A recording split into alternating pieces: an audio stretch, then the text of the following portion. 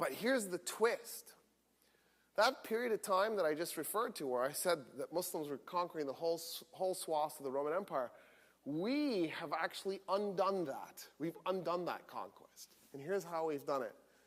About 500 years ago, a German historian came up with the concept of the Byzantine Empire. The original name of Constantinople was Byzantion. When the Romans got there, they turned Byzantion into Byzantium. And so that's where we get the term Byzantine Empire, as in from Byzant, or in this case, Byzantium. Constantinople had been called Constantinople for centuries by the time the Roman Empire collapsed in 1453, and it was about 100 years later that this German historian came up with the term Byzantium. The Roman Empire, he's told us, died on September 4th, 476 AD. He gave us a very precise date. He said, this is when the Roman Empire died.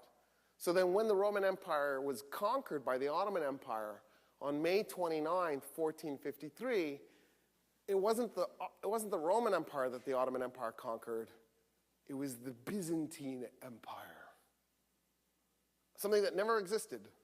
At the moment that the Roman Empire is surrendering on May 29, 1453, it called itself the Roman Empire. In other words, the Roman Empire collapsed, and then years later, it gets renamed. Well, just its last 1,000 years of existence. It would be like if the United States changed its capital from Washington, D.C. to San Francisco, right? Because that's what the Romans did. They moved their capital to Constantinople. And then, 1,000 years from now, historians come back. Let's say we change our capital to San Francisco next year. Trump decides to do it. We move the capital to San Francisco. And in 1,000 years from now, a historian comes back and renames the United States from that moment that our capital's in San Francisco on. And he calls the United States the Republic of Yerba Buena,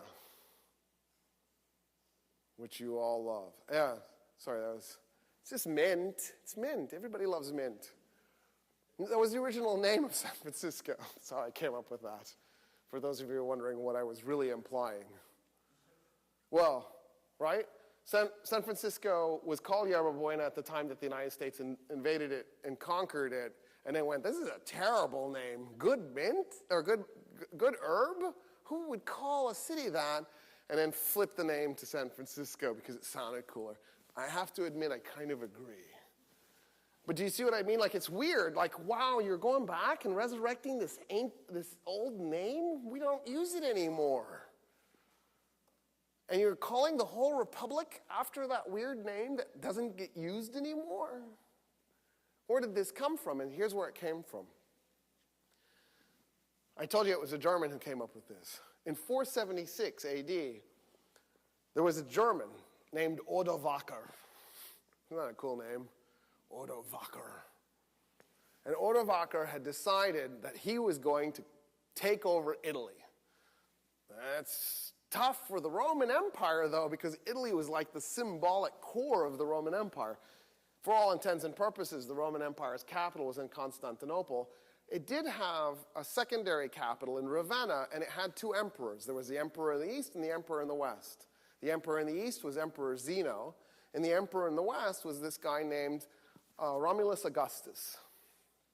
And Odovaker takes his armies up and down Italy, conquers it, captures Odovaker, forces the Roman Senate of the West, because there were two senates too, two emperors, two senates, forces the Roman Imperial Senate to form up, and then he gets up in front of them on April 4, 476, and he goes, I am creating the kingdom of Italy.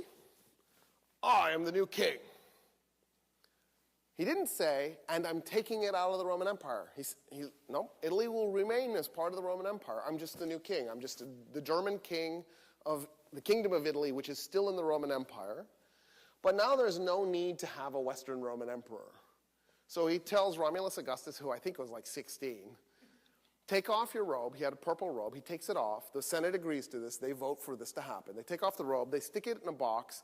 They call FedEx. FedEx comes and picks up the box, and they deliver it to Constantinople with a note saying, They probably emailed it, saying, we don't need two emperors. Emperor Zeno is enough. Romulus Augustus is abdicating.